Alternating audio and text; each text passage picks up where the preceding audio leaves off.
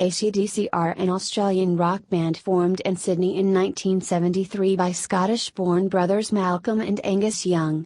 Their music has been variously described as hard rock, blues rock, and heavy metal. However, the band themselves describe their music as simply rock and roll. AC/DC underwent several lineup changes before releasing their first album, High Voltage, in 1975. Membership subsequently stabilized around the Young brothers, singer Bon Scott, drummer Phil Rudd, and bass player Mark Evans. Evans was replaced by Cliff Williams in 1977 for the album Powerage. In February 1980, a few months after recording the album Highway to Hell, lead singer and co-songwriter Bon Scott died of acute alcohol poisoning. The group considered disbanding but stayed together, bringing in Brian Johnson as replacement for Scott. Later that year, the band released their first album with Johnson, Back in Black, which they dedicated to Scott's memory. The album launched them to new heights of success and became one of the best-selling albums of all time. The band's next album, For Those About to Rock We Salute You, was their first album to reach #1 in the United States.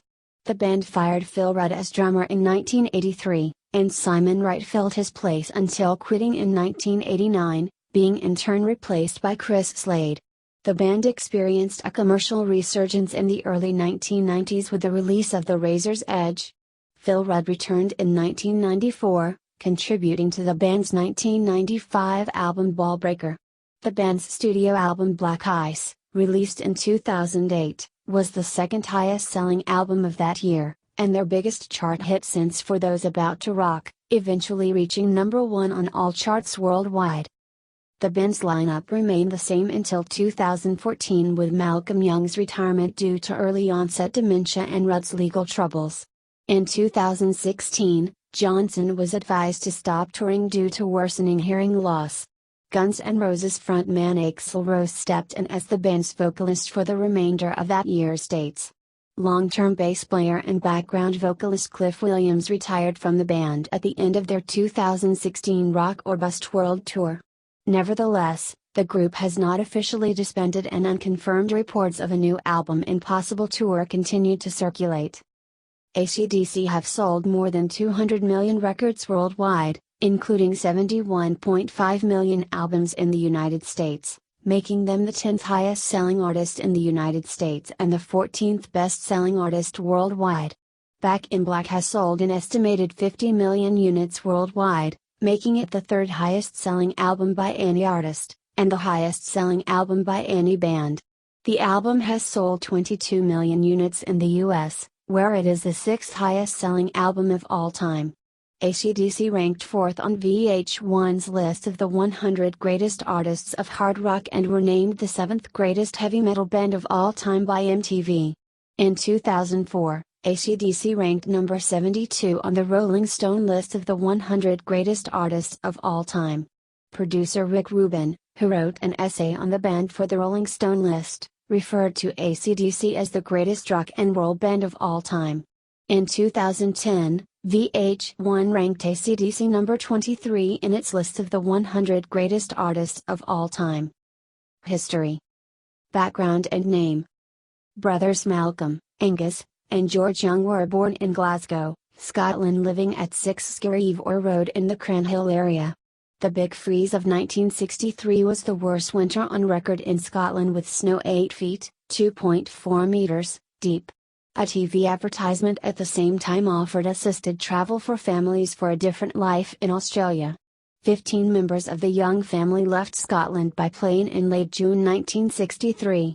Before moving into a house at 4 Burla Street in the suburb of Burwood, they initially stayed at Villawood Migrant Hostel, a site later developed as Villawood Immigration Detention Centre, in Nissen Huts, where George Young met and became friends with another migrant, Dutchman Harry Vanda. George was the first to learn to play the guitar. He became a member of the Easy Beats, one of Australia's most successful bands of the 1960s. Malcolm followed in George's footsteps by playing with a Newcastle, New South Wales, band called the Velvet Underground, not to be confused with the New York-based Velvet Underground. Their older brother Alex Young chose to remain in Great Britain to pursue musical interests. In 1967, Alex formed and played bass in the London-based band Grapefruit, initially called the Grapefruit, with three former members of Tony Rivers and the Castaways, John Perry, Jeff Swetnam, and Pete Swetnam. Malcolm and Angus Young developed the idea for the band's name after their sister, Margaret Young, saw the initials AC/DC on a sewing machine. AC/DC is an abbreviation meaning alternating current, direct current electricity. The brothers felt that this name symbolized the band's raw energy, power-driven performances of their music. AC/DC is pronounced one letter at a time, though the band are colloquially known as Akadaka in Australia.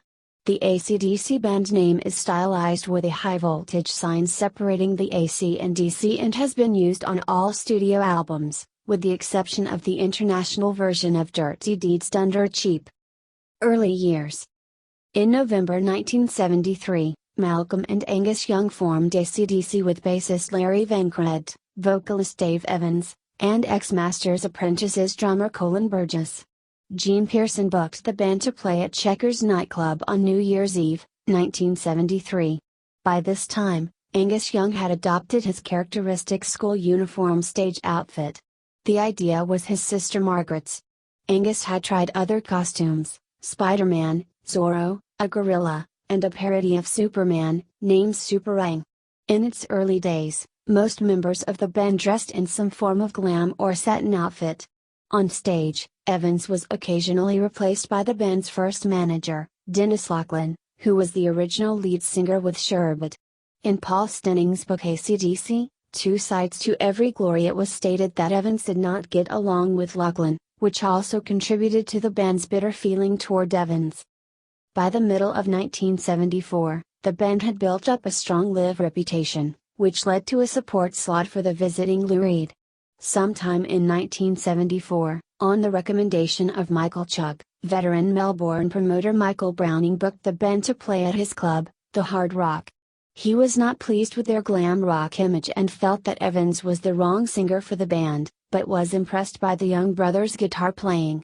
Shortly afterwards, he received a call from the band. Laughlin had quit as manager, and they were stuck in Adelaide with no money.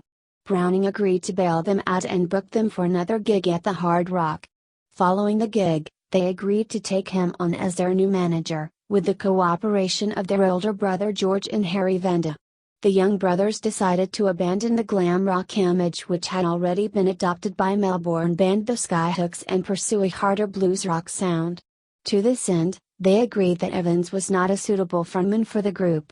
Around this time, they also moved their base to Melbourne, where they frequently played at the Hard Rock. Bon Scott era, 1974 to 1980. Beginnings, 1974 to 1975. In September 1974, Bon Scott, an experienced vocalist and friend of George Young, replaced Dave Evans after friend Vince Lovegrove recommended him to George Young. Scott's appointment coincided with him working as a chauffeur for the band at the time until an audition promoted him to lead singer. Like the Young brothers, Scott was born in Scotland and immigrated to Australia in his childhood. The band had recorded only one single with Evans, Can I Sit Next to You, Girl, Rockin' in the Parlor. The song was rewritten and re-recorded with Bon Scott. By October 1974, AC/DC recorded their first studio album, High Voltage. It was released exclusively in Australia on February 17, 1975. It took only 10 days and was based on instrumental songs written by the Young brothers, with lyrics added by Scott. Within a few months, the band's lineup had stabilized, featuring Scott, the Young brothers, bassist Mark Evans, and drummer Phil Rudd. Later that year they released the single It's a Long Way to the Top, for which a well-known promotional video was made for the program Countdown, featuring the band miming the song on the back of a flatbed truck. AC/DC released their second studio album, TNT, on December 1, 1975, which was also released only in Australia and New Zealand. AC/DC were scheduled to play at the 1975 Sunbury Music Festival, however, they went home without performing following an altercation with the management of headlining act Deep Purple. Between 1974 and 1977, aided by regular appearances on Molly Meldrum's Countdown, the ABC's nationally broadcast pop music television show, AC/DC became one of the most popular and successful acts in Australia. Their performance on April 3, 1977 was their last live TV appearance for more than 20 years. International success, 1976 to 1980. Browning sent promo material to contacts in London, which came to the attention of Phil Carson of Atlantic Records. In 1976, the band signed an international deal with Atlantic Records. On arrival in London, their scheduled tour with Backstreet Crawler was cancelled following the death of Paul Kossoff. As a result, they went back to playing smaller venues to build a local following until their label organized the Lock Up Your Daughters tour sponsored by Sounds magazine, the only major music magazine which was still relatively receptive to traditional rock music. At the time, punk rock was breaking and came to dominate the pages of the major British music weeklies, NME and Melody Maker. AC/DC were sometimes identified with the punk rock movement by the British press, but the band hated punk rock, believing it to be a passing fad. Manager Michael Browning wrote that it wasn't possible to even hold a conversation with AC/DC about punk without them getting totally pissed off. Their reputation managed to survive the punk upheavals and they maintained a cult following in the UK throughout this time. Angus Young gained notoriety for mooning the audience during live performances. The first AC/DC album to gain worldwide distribution was a 1976 compilation of tracks taken from the High Voltage and TNT LPs. Also titled High Voltage, and released on the Atlantic Records label, the album has to date sold 3 million copies worldwide. The track selection was heavily weighted toward the more recent TNT, including only 2 songs from their first LP. The band's third studio album, Dirty Deeds Done Dirt Cheap, was released in the same year in both Australian and international versions, like its predecessor. Track listings varied worldwide, and the international version of the album also featured the TNT track Rocker, which had previously not been released internationally. The original Australian version included Jailbreak, now more readily available on the 1984 compilation EP 74 Jailbreak, or as a live version on the 1992 Live album. Dirty Deeds was not released in the US until 1981, by which time the band were at the peak of their popularity. After a brief tour of Sweden, they returned to London where they set new attendance records during their residency at the Marquee. However, their appearance at the 1976 Reading Festival failed to get a response from the crowd. They toured extensively throughout Europe, then returned to tour Australia in late 1976 to rebuild their finances and record their fourth studio album, Let There Be Rock. In early 1977, they returned to Britain and began a European tour with Black Sabbath. While Bon Scott and Ozzy Osbourne quickly became friends, relations were less than cordial between the other members of the respective bands. In one incident, Geezer Butler pulled a knife on Malcolm Young, though it was a silly flick knife comb. Later in the year they toured with Rainbow. Towards the end of 1977, bassist Mark Evans was dismissed. Evans described disagreement with Angus and Malcolm as a contributing factor. He was replaced by Cliff Williams, an experienced bass player who had played with several UK bands since the late 60s. Neither of the Young brothers has elaborated on the departure of Evans, though Richard Griffiths, the CEO of Epic Records and a booking agent for AC/DC in the mid-1970s, later commented, "You knew Mark wasn't going to last, he was just too much of a nice guy." Mark Evans' autobiography, Dirty Deeds, My Life Inside, Outside of AC/DC, released in 2011, predominantly dealt with his time in AC/DC, including being fired. AC/DC were a somewhat formative influence on the new wave of British heavy metal bands who emerged in the late 1970s, such as Saxon and Iron Maiden, in part as a reaction to the decline of traditional early 1970s hard rock bands. In 2007, critics noted that AC/DC, along with Thin Lizzy, UFO, Scorpions, and Judas Priest, were among the second generation of rising stars ready to step into the breach as the old guard waned. AC/DC's first American radio exposure was through Bill Bartlett at Jacksonville station WPDQ/Wave in 1975, 2 years before they played their first U.S. concert as support band for Canadian group Moxie in Austin, Texas, on July 27, 1977. Under the guidance of booking agent Doug Toller of American Talent International and later the management of Lieber Krebs, they gained invaluable experience of the U.S. stadium circuit, supporting leading rock acts such as Ted Nugent, Aerosmith, Kiss, Styx, UFO, and Blue Oyster Cult, and co-headlined with bands such as Cheap Trick. AC/DC released their fifth studio album, Power Age, on May 5, 1978, and with its harder riffs, followed the blueprint set by Let There Be Rock. Only one single was released from Power Age, Rock and Roll Damnation, Sin City. An appearance at the Apollo Theatre, Glasgow during the Power Age tour was recorded and released as If You Want Blood You've Got It. The major breakthrough in the band's career came in their collaboration with producer Mutt Lange on the band's sixth studio album Highway to Hell, released in 1979. Eddie Van Halen notes this to be his favorite AC/DC record, along with Power Age. It became the first AC/DC LP to break into the US Top 100, eventually reaching number 17, and it propelled AC/DC into the top ranks of hard rock acts. Highway to Hell had lyrics that shifted away from flippant and comical toward more central rock themes, putting increased emphasis on backing vocals but still featured AC/DC's signature sound, loud, simple, pounding riffs and grooving backbeats. Scott's death, 1980. In 1980, the band began to work on their seventh studio album Back in Black, but as the development was in progress, a few casualties arose. On February 19, 1980, Scott purportedly passed out in the car on the way back to the apartment of an acquaintance called Alistair Kinnear after a night of drinking and alleged drug-taking at the Music Machine in Camden, London.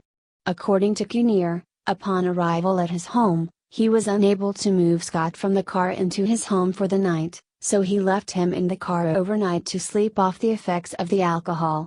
Unable to wake Scott early on the evening of February 20, 1980, Kinnear rushed him to King's College Hospital in Camberwell, where Scott was pronounced dead on arrival. Pulmonary aspiration of vomit was cited as the cause of Scott's death, and the official cause was listed as acute alcohol poisoning. Scott's family buried him in Fremantle, Western Australia, the area they emigrated to when he was a boy. Inconsistencies in the official account of Scott's death and his activities in London before and on the day he died have been addressed in Jesse Fink's 2017 book Bon, The Last Highway, which contends that Scott died of a heroin overdose and establishes for the first time that there was more than one person with Scott when he went back to Kinnear's apartment in East Dulwich. In the 2018 update, it is revealed there were up to 3 people with Scott. The book also debunks the widespread conspiracy theory that Kinnear did not exist by publishing Kinnear's death certificate issued by a Spanish court in 2015. Brian Johnson era, 1980 to 2016. Rebirth, 1980 to 1983. Following Scott's death, the band briefly considered quitting, but encouraged by the insistence from Scott's parents that he would have wanted them to carry on, they eventually decided to continue on and went about finding a new vocalist. Among the applicants were Alan Fryer of Fat Lip and Gary Pickford Hopkins who, like Stevie Wright of the EC Beats, were touted by the press as most certain replacements. Various candidates were considered for his replacement, including ex-Moxie member Buzz Shearman, who was not able to join because of voice issues, Slade vocalist, Noddy Holder, and ex-Backstreet Crawler vocalist Terry Slessor. At the advice of Lange, the group brought in ex-Geordie singer Brian Johnson, who impressed the group. For the audition, Johnson sang Whole Lotta Rosie from Let There Be Rock and Ike and Tina Turner's Nutbush City Limits. After the band begrudgingly worked through the rest of the list of applicants in the following days, Johnson returned for a second rehearsal. Angus Young later recalled, "I remember the first time I had ever heard Brian's, Johnson, name was from Bon.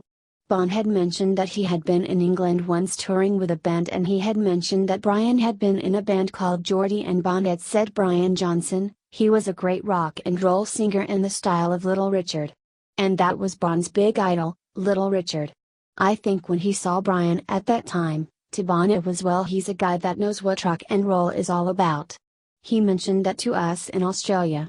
I suppose when we decided to continue, Brian was the first name that Malcolm and myself came up with, so we said we should see if we can find him." On 29th of March, Malcolm Young called the singer to offer him to join the band, much to Johnson's surprise. Out of respect for Bon Scott, the band wanted a vocalist who would not be a mere imitator of him. In addition to his distinctive voice, demeanor and love of classic soul and blues music, the group was mightily impressed by Johnson's engaging personality. Johnson was officially announced as the new lead singer of AC/DC on April 1, 1980. With Johnson as the new vocalist, the band completed the songwriting that they had begun with Scott for the album Back in Black. Recording took place at Compass Point Studios in the Bahamas a few months after Scott's death. Back in Black, produced by Muttling and recorded by Tony Platt, became their biggest selling album and a hard rock landmark. Hits include Hell's Bells, You Shook Me All Night Long, Rock and Roll Ain't Noise Pollution, and the title track. The album reached number 1 in the UK and number 4 in the US, where it spent 131 weeks on the Billboard 200 album chart. The band's 8th studio album, For Those About to Rock We Salute You, was released in 1981, also sold well and was positively received by critics. The album featured two of the band's most popular singles, Let's Get It Up and the title track, For Those About to Rock, which reached number 13 and number 15 in the UK, respectively. Departure of Rudd and commercial decline, 1983 to 1987. The band parted ways with producer Muttling for their 9th studio album, Flick of the Switch, released in 1983, in an effort to recover the rawness and simplicity of their early albums, but it was considered underdeveloped and unmemorable. One critic stated that the band had made the same album 9 times. AC/DC were voted the 8th biggest disappointment of the year in the 1984 Kerrang! Readers' poll. However, Flick of the Switch eventually reached number 4 on the UK charts, and AC/DC had minor success with the singles Nervous Shakedown and Flick of the Switch. After having problems with drugs and alcohol, drummer Phil Rudd's friendship with Malcolm Young deteriorated and eventually escalated to a physical confrontation, after which Rudd was fired halfway through the Flick of the Switch sessions. Former Procol Harum drummer B.J. Wilson was drafted in to help complete the recordings, but his drum parts were eventually not used, as Rudd had already completed the drum parts. Rudd was replaced by Simon Wright in the summer of 1983 after the band held over 700 auditions in the US and UK. Simon Kirke of Free and Bad Company fame, and Paul Thompson of Roxy Music were two of the drummers auditioned. The band's 10th studio album, Fly on the Wall, produced by the Young Brothers in 1985, was also regarded as uninspired and directionless. A music concept video of the same name featured the band at a bar, playing 5 of the album's 10 songs. In 1986, the group returned to the charts with the made-for-radio Who Made Who. The album Who Made Who was the soundtrack to Stephen King's film Maximum Overdrive. It brought together older hits, such as You Shook Me All Night Long, with newer songs such as title track and 2 new instrumentals, DT and Chase the Ace. Back to commercial success, 1987 to 1990. In February 1988, AC/DC were inducted into the Australian Recording Industry Association's Hall of Fame. AC/DC's 11th studio album, Blow Up Your Video, released in 1988, was recorded at Studio Mreville in Laval, France, and reunited the band with their original producers, Harry Vanda and George Young. The group recorded 19 songs, choosing 10 for the final release. Though the album was later criticized for containing excessive filler, it was a commercial success.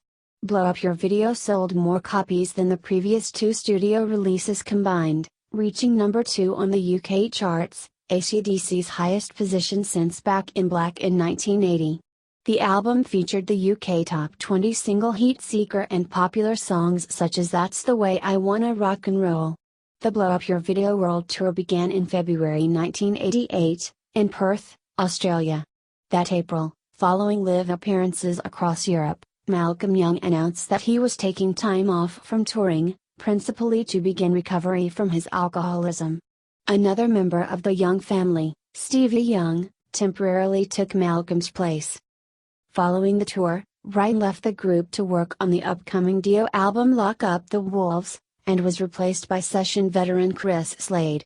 Johnson was unavailable for several months while finalizing his divorce, so the Young brothers wrote all the songs for the next album, a practice they continued for all subsequent releases through Rock or Bust in 2014. Popularity regained, 1990 to 1994. The band's 12th studio album, The Razor's Edge, was recorded in Vancouver, British Columbia, Canada, and was mixed and engineered by Mike Frazier and produced by Bruce Fairbairn, who had previously worked with Aerosmith and Bon Jovi.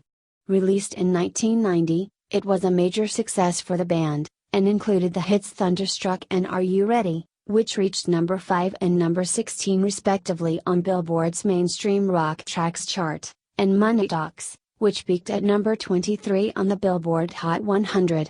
The album went multi-platinum and reached the US top 10. Several shows on the Razor's Edge tour were recorded for the 1992 Live album, titled Live. Live was produced by Fairbairn, and has been called one of the best live albums of the 1990s. AC/DC headlined the Monsters of Rock show during this tour, which was released on DVD as Live at Donington. During the Razor's Edge tour, 3 fans were killed at a concert at the Salt Palace in Salt Lake City, Utah in January 1991. When the concert began, fans rushed the stage, crushing the 3 and injuring others. It took 20 minutes before venue security and the group understood the severity of the situation and halted the concert. AC/DC settled with the victims' families out of court. As a result of this incident, the Salt Palace eliminated festival seating from future events. In 1993, AC/DC recorded Big Gun for the soundtrack of the Arnold Schwarzenegger movie Last Action Hero. Released as a single, the song reached number 1 on the US mainstream rock chart, the band's first number 1 single on that chart. In 1994, Pacific Gameworks created a proposal for a beat-em-up video game project intended for the Atari Jaguar CD titled AC/DC, Defenders of Metal, which would have prominently featured the AC/DC crew. However, production of the game never started and it was left unreleased. Popularity confirmed, 1994 to 2008. In 1994, Angus and Malcolm invited Rudd to several jam sessions. He was eventually rehired to replace Slade, whose amicable departure arose in part because of the band's strong desire to again work with Rudd. Recorded at the Ocean Way Studios in Los Angeles by the reunited 1980-83 lineup and produced by Rick Rubin, the band's 13th studio album, Ballbreaker, was released in 1995. The first single from the album was Hard as a Rock. 2 more singles were released from the album, Hail Caesar and Cover You in Oil. In 1997, a box set named Bonfire was released. It contained 4 albums, a remastered version of Back in Black, Volts, a disc with alternative takes, outtakes, and stray live cuts, and 2 live albums, Live from the Atlantic Studios and Let There Be Rock, the movie. Live from the Atlantic Studios was recorded on December 7, 1977 at the Atlantic Studios in New York. Let There Be Rock, the movie, was a double album recorded in 1979 at the Pavillon de Paris and was the soundtrack of a motion picture, AC/DC, Let There Be Rock. The US version of the box set included a color booklet, a 2-sided poster, a sticker, a temporary tattoo, a keychain bottle opener, and a guitar pick. In 2000, the band released their 14th studio album, Stiff Upper Lip, produced by brother George Young at the Warehouse Studio, again in Vancouver. The album was better received by critics than Ballbreaker but was considered lacking in new ideas. The Australian release included a bonus disc with 3 promotional videos and several live performances recorded in Madrid, Spain in 1996. Stiff Upper Lip reached number 1 in 5 countries, including Argentina and Germany, number 2 in 3 countries, Spain, France and Switzerland, number 3 in Australia, number 5 in Canada and Portugal, and number 7 in Norway, the US and Hungary. The first single, Stiff Upper Lip, remained at number 1 on the US mainstream rock charts for 4 weeks. The band also performed that song live when they appeared as the musical guest on Saturday Night Live in March 2000. The other singles released also charted. Satellite Blues and Safe in New York City reached number 7 and number 31 on Billboard's mainstream rock tracks. In 2002, AC/DC signed a long-term, multi-album deal with Sony Music, who went on to release a series of remastered albums as part of their AC/DC Remasters series. Each release contained an expanded booklet featuring rare photographs, memorabilia, and notes. In 2003, the entire back catalog, except Ballbreaker and Stiff Upper Lip, was remastered and re-released. Ballbreaker was eventually re-released in October 2005, Stiff Upper Lip was later re-released in April 2007. Also in 2003, the band was inducted into the Rock and Roll Hall of Fame. On July 30, 2003, the band performed with the Rolling Stones and Rush at Molson Canadian Rocks for Toronto. The concert, held before an audience of 500,000, was intended to help the city overcome the negative publicity stemming from the effects of a 2003 SARS epidemic. The concert holds the record for the largest paid music event in North American history. The band came second in a list of Australia's highest-earning entertainers for 2005, and sixth for 2006, despite having neither toured since 2003 nor released an album since 2000. Verizon Wireless has gained the rights to release AC/DC's full albums and the entire Live at Donington concert to download in 2008. On October 16, 2007, Columbia Records released a double and triple DVD titled Plug Me In. The set consists of 5 and 7 hours of rare footage, and even a recording of AC/DC at a high school performing School Days, TNT, She's Got Balls, and It's a Long Way to the Top. As with Family Jewels, Disc 1 contains rarer shows of the band with Bon Scott, and Disc 2 is about the Brian Johnson era. The collector's edition contains an extra DVD with 21 more rare performances of both Scott and Johnson and more interviews.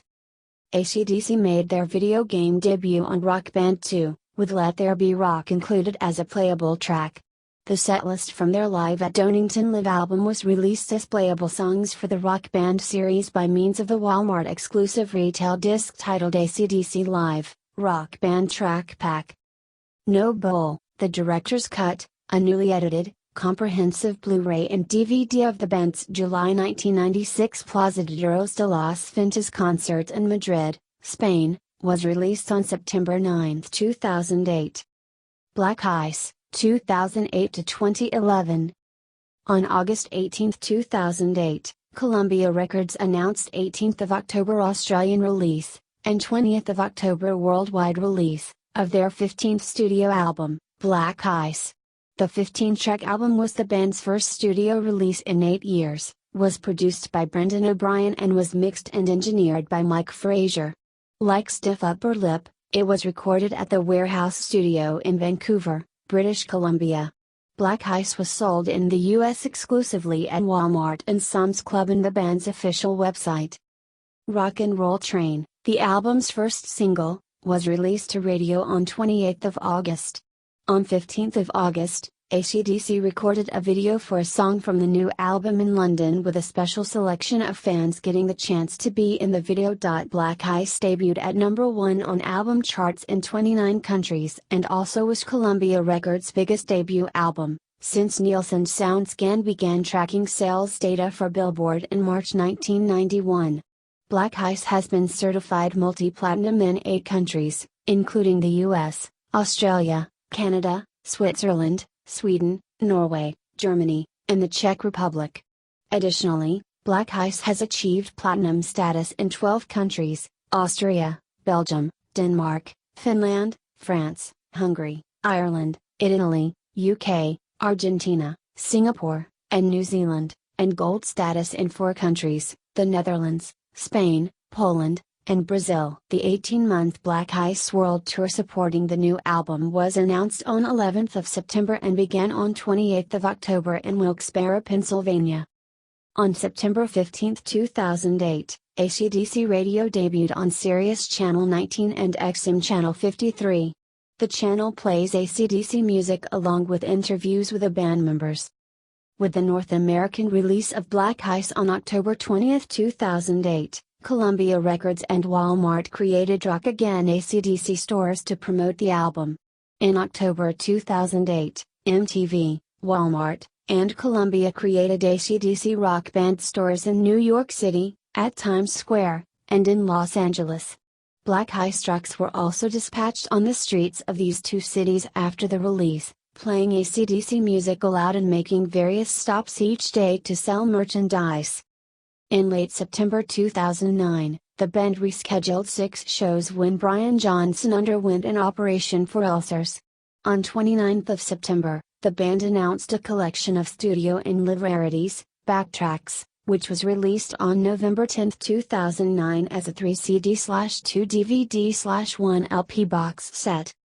On 4 November, AC/DC were announced as the Business Review Weekly Top Australian Earner, Entertainment, for 2009 with earnings of $105 million. This displaced the Wiggles from the #1 spot for the first time in 4 years. On April 19, 2010, AC/DC released Iron Man 2, the soundtrack for the eponymous film which compiled earlier tracks from the band's studio albums.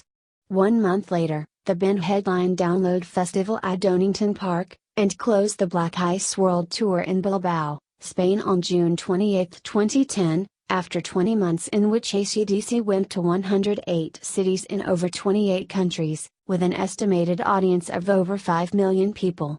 3 concerts in December 2009 at the River Plate Stadium in Argentina were released as the DVD Live at River Plate on May 10, 2011.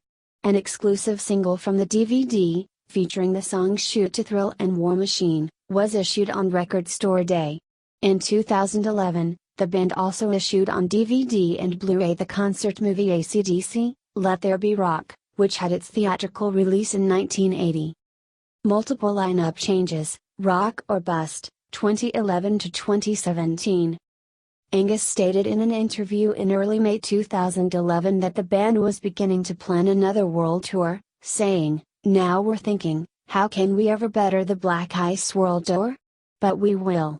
At the band's Live at River Plate DVD premiere on May 6, 2011 at the Hammersmith Apollo in London, England, Angus said that there were plans for the group to release a new studio album within the next couple of years, which the tour would support.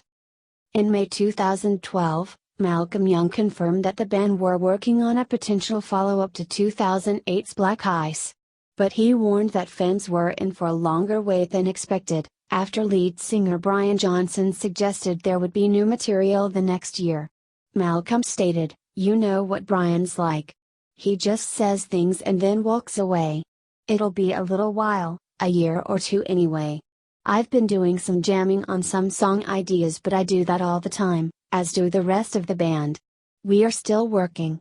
But we had a long rest between Stiff Upper Lip and Black Ice, so I think we need a couple of years to recuperate and work on it a bit more."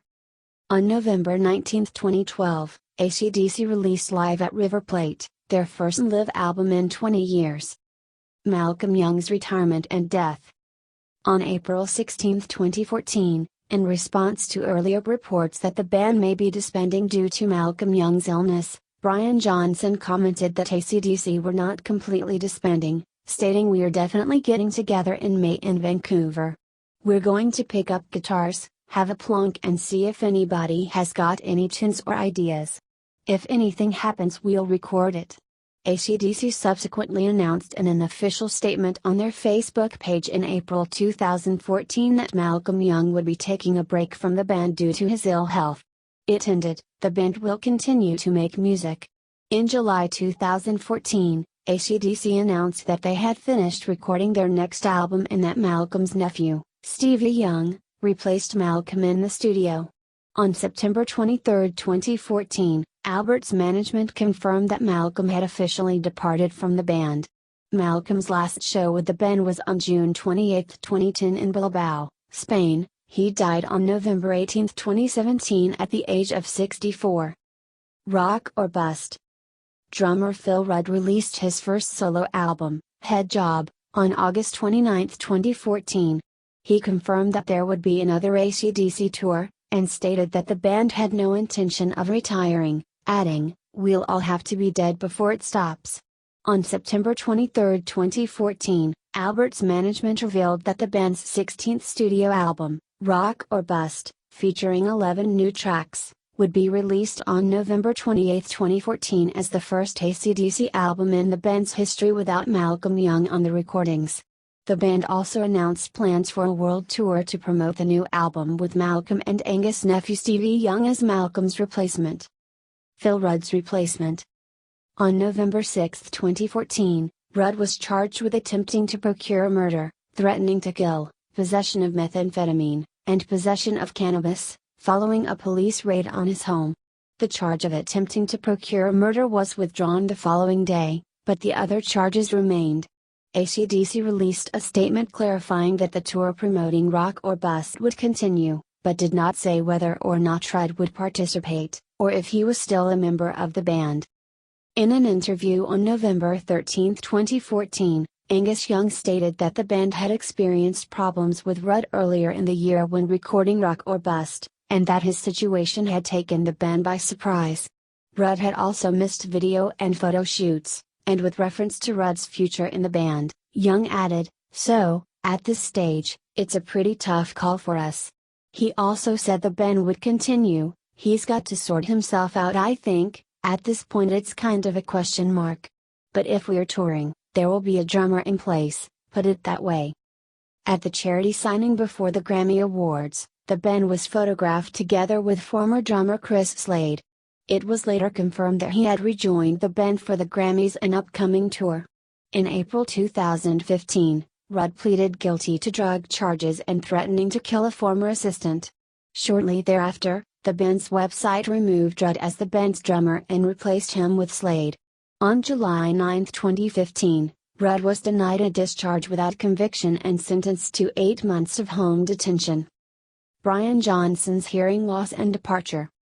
On March 7, 2016, the band announced that the final 10 dates of the Rock or Bust World Tour would be rescheduled as Johnson's doctors had ordered him to stop touring immediately, as his hearing loss had accelerated and he risked complete deafness if he persisted on the road. The 10 cancelled dates would be performed likely with a guest vocalist later in the year, leaving Johnson's future and touring with the group uncertain. Johnson later stated on The Howard Stern Show that his hearing loss did not come from performing for 36 years with AC/DC, but rather his love of auto racing and having forgotten to put in earplugs during one race that ruptured his left eardrum. However, on March 15, 2016, American comedian Jim Breuer, a friend of Johnson, revealed on his podcast that Johnson had received a second opinion on his hearing and it was not as bad as initially thought. Nonetheless, Breuer mentioned that Johnson told him that he was essentially fired from AC/DC and that he had not heard from the band since the announcement of the tour being postponed, adding that Angus Young wants to continue the band for at least another 10 years and do at least one more studio album and world tour. Breuer later clarified his comments on Facebook that did not end speculation on Johnson's future with the band. On April 19, 2016, Johnson made an official statement regarding his health problems and inability to tour. In the statement, he acknowledged his ongoing hearing difficulties but stated his intentions to continue recording and potentially resume touring if his health improves sufficiently. He also specifically thanked Angus Young and Cliff Williams for their support during his AC/DC tenure. His last show with AC/DC was on February 28, 2016, at the Sprint Center in Kansas City. Axl Rose joins. On April 16, 2016, AC/DC released a statement announcing the addition of Guns N' Roses frontman Axl Rose as the band's lead vocalist for the remainder of their 2016 tour dates. The statement read, AC/DC band members would like to thank Brian Johnson for his contributions and dedication to the band throughout the years. We wish him all the best with his hearing issues and future ventures. As much as we want this tour to end as it started, we understand, respect and support Brian's decision to stop touring and save his hearing. We are dedicated to fulfilling the remainder of our touring commitments to everyone that has supported us over the years, and are fortunate that Axl Rose has kindly offered his support to help us fulfill this commitment. AC/DC will resume their Rock or Bust World Tour with Axl Rose joining on vocals. Departure of Cliff Williams. On July 8, 2016, Cliff Williams indicated he was leaving the band in an interview with Gulf Shore Life, saying, "It's been what I've known for the past 40 years, but after this tour I'm backing off of touring and recording. Losing Malcolm, the thing with Phil and now with Brian, it's a changed animal. I feel in my gut it's the right thing." At the end of the Rock or Bust World Tour, he released a video statement confirming his departure. His final show with AC/DC was in Philadelphia on September 20, 2016. Future of the band. On September 21, 2016, the day after the band's final show with Williams, it was reported that Axl Rose would be joining the band full-time and that he and Angus would continue AC/DC with different musicians. Young's friend Angry Anderson said in a March 2018 interview that Young intended to make a new album with Rose in August 2018. However, several sources speculated that both Johnson and Rudd were working with the band again, as the pair were photographed at the Warehouse Studio in Vancouver, BC, where the band had previously recorded their last 3 studio albums. According to the NME on September 2, 2018, AC/DC were working on their new studio album using Malcolm Young's recordings, as Malcolm recorded the material that would be used for the album along with his brother Angus in the early 2000s, 5 years prior to their 2008 album Black Ice. The Youngs had written hundreds of songs, many of them were recorded, and Angus had decided to select the best tracks from those recordings that Malcolm played on M to record and mix them in the studio with bandmates Phil Rudd, Cliff Williams and Brian Johnson on vocals. On January 28, 2019, American grindcore band Terrorizer posted a status on their Facebook page quoting Brian Johnson, saying that AC/DC was in the works of a new album and that he was sick of denying it. According to the NME on February 11, 2019, Cliff Williams was rumored to be rejoining AC/DC for their new studio album, reuniting the surviving members of the classic lineup. On April 10, 2019, it was confirmed by the band's longtime engineer Mike Frazier that he has been in the studio working with the band. "Well, yeah, I could say that we've been in the studio doing something. What's come of that I can't discuss yet." When he was asked if Johnson was indeed the singer, Frazier laughed, "I think so." 5 days later, Eddie Trunk indicated that Johnson would be touring with the band, stating that it's pretty much a done deal that these guys are gonna make a record.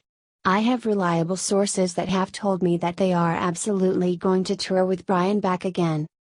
Musical style.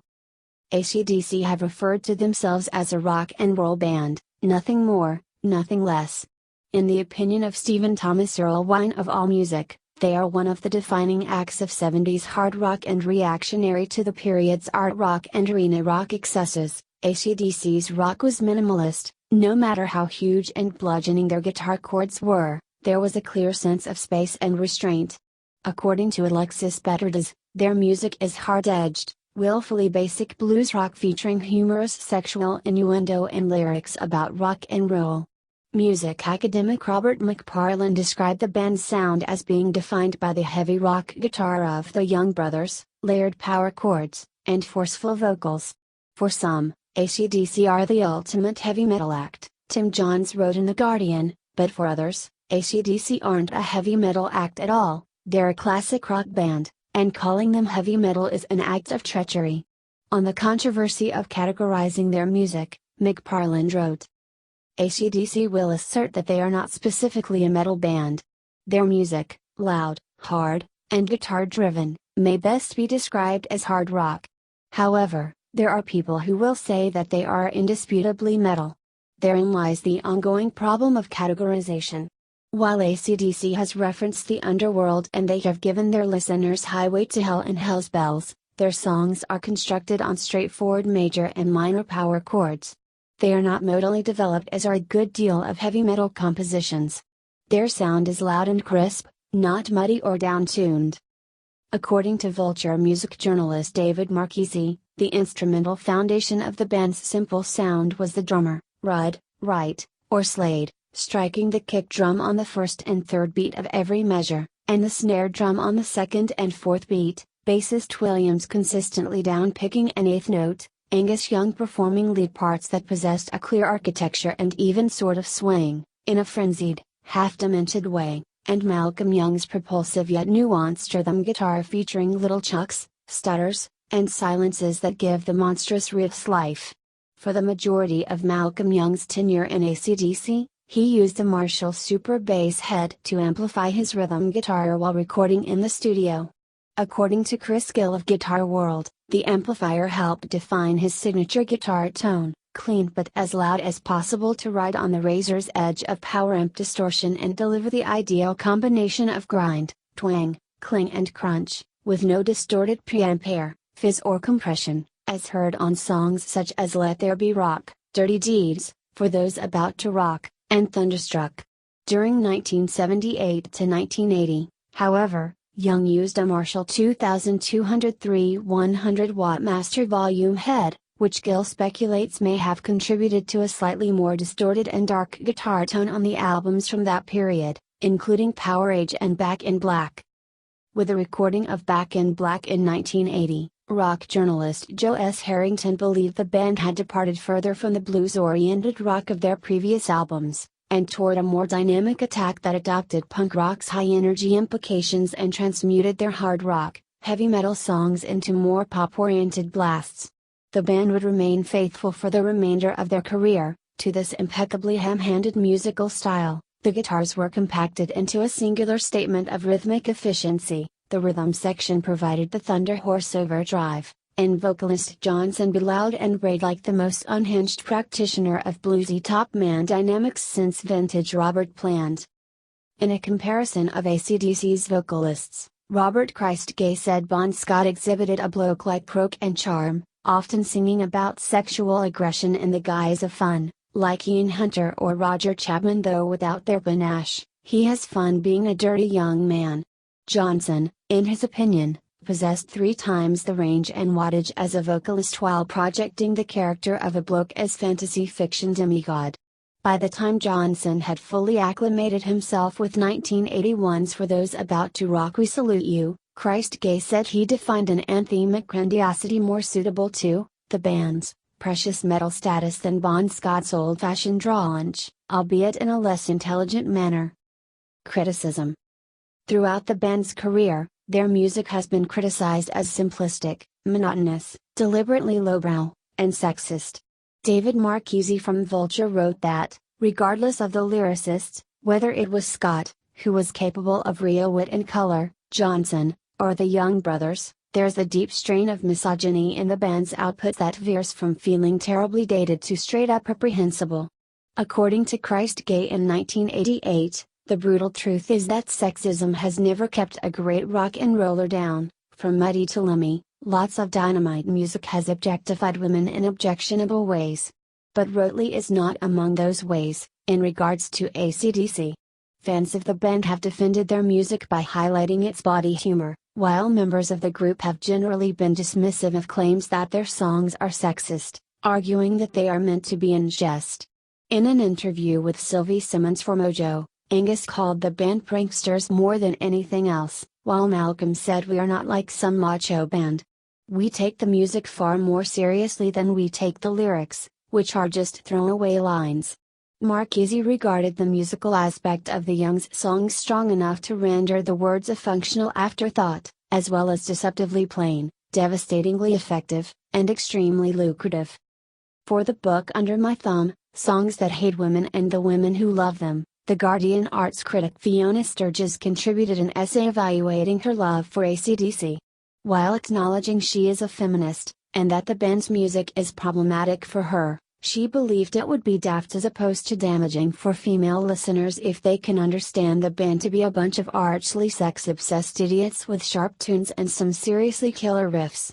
In spite of Carrie Me Home's disdain for its female subject, the rape fantasy of Let Me Put My Love in You, and the generally two-dimensional portrayals of women, Sturgis said songs such as Whole Lotta Rosie and You Shook Me All Night Long demonstrated that the female characters are also having a good time and are, more often than not, in the driving seat in sexual terms. It's the men who come over as passive and hopeless, awestruck in the presence of sexual partners more experienced and adept than them. As with many bands of their era, AC/DC ran afoul of the satanic panic of the 1980s. This general fear of modern hard rock and heavy metal was greatly increased in the band's case when serial killer Richard Ramirez was arrested. Ramirez, nicknamed the Night Stalker by the press, told police that Night Prowler from the 1979 Highway to Hell album had driven him to commit murder. Police also claimed that Ramirez was wearing an AC/DC shirt and left an AC/DC hat at one of the crime scenes. Accusations that AC/DC were devil worshippers were made, the lyrics of Night Prowler were analyzed, and some newspapers attempted